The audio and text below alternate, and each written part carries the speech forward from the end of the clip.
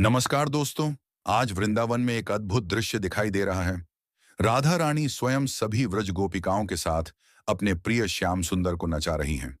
कीर्तन, नृत्य और आनंद का अद्भुत संगम।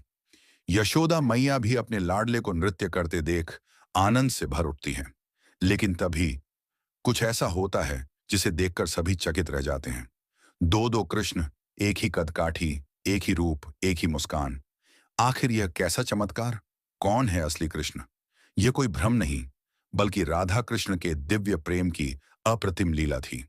कृष्ण ने राधा रानी से कहा था, राधे, तुम्हें मेरी महिमा पर विश्वास नहीं। एक दिन यशोदा मैया स्वयं तुम्हारे चरण पकड़ने आएंगी। मैं संसार को दिखा दूंगा कि मेरे लिए तुम सबसे श्रेष्ठ हो। और उसी वचन को पूर्ण करने के लिए कृष्ण ने यह लीला रची।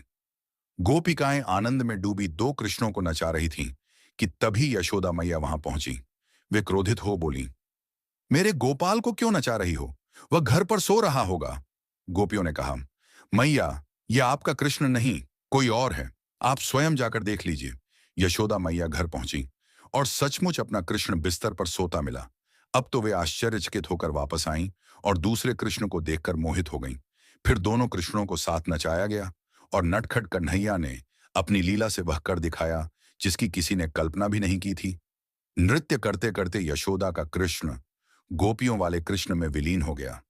यशोदा मैया व्याकुल हो उठी, मेरा कृष्ण कहाँ गया? राधे, मुझे मेरा पुत्र वापस दो। रोते रोते वे भूमि पर गिर पड़ी। राधा रानी भी व्याकुल हो गईं। तभी कृष्ण मुस्कुराए और राधा के माध्यम से अपनी माता को आश्वासन दिया, मैया, आपका कृष्ण शयन कक्ष में सो रहा है। और जब यशोदा मैया वहां पहुंची तो कृष्ण वास्तव में वहीं थे, मुस्कुराते हुए, शांत, सुशोभित।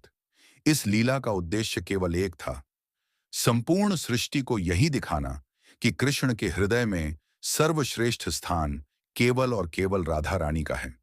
राधा ही महाभाव हैं, राधा ही भक्ति रूपा हैं और राधा के बिना कृष्ण कृष्ण नहीं, केवल श्याम हैं।